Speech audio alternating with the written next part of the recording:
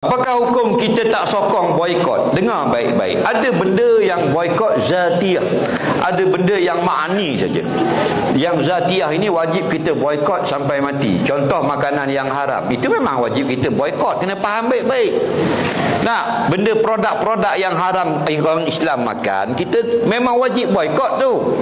Itu bukan tunggu perang Palestin. Okey? Contoh makanan yang haram, makanan ingredient yang campur benda yang haram.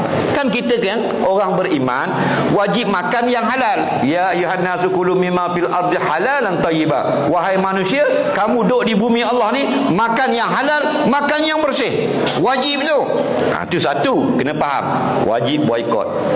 Kita makan babi, tak makan, kita boikot lah. Faham lagi? Boikot tu wajib. Tak makan babi dari lahir sampai mati. Tapi ada benda yang halal, tapi dengan fatwa, dengan perintah ulul amri, kita kena akur, kena boikot. Nampak?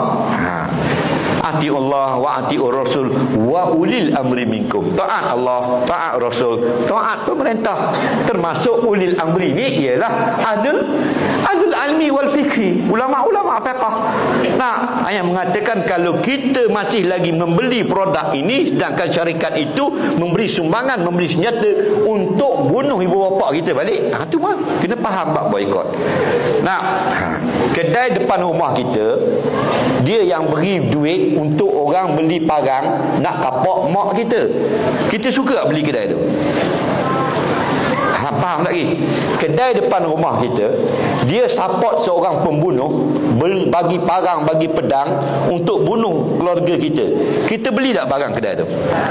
Tu sama juga kalau syarikat-syarikat yang beri sumbangan untuk beli senjata, peluru, bunuh saudara kita di sana. Kenapa kita tak boikot? Nampak? Cuma ulama kita mengatakan benda itu benda yang keperluan. Kalau kita boikot menjadikan kesusahan, itu lain. Tak, minyak, petrol, itu lain. Tak, ni setakat ayam goreng. Tak apa tak? Kena faham.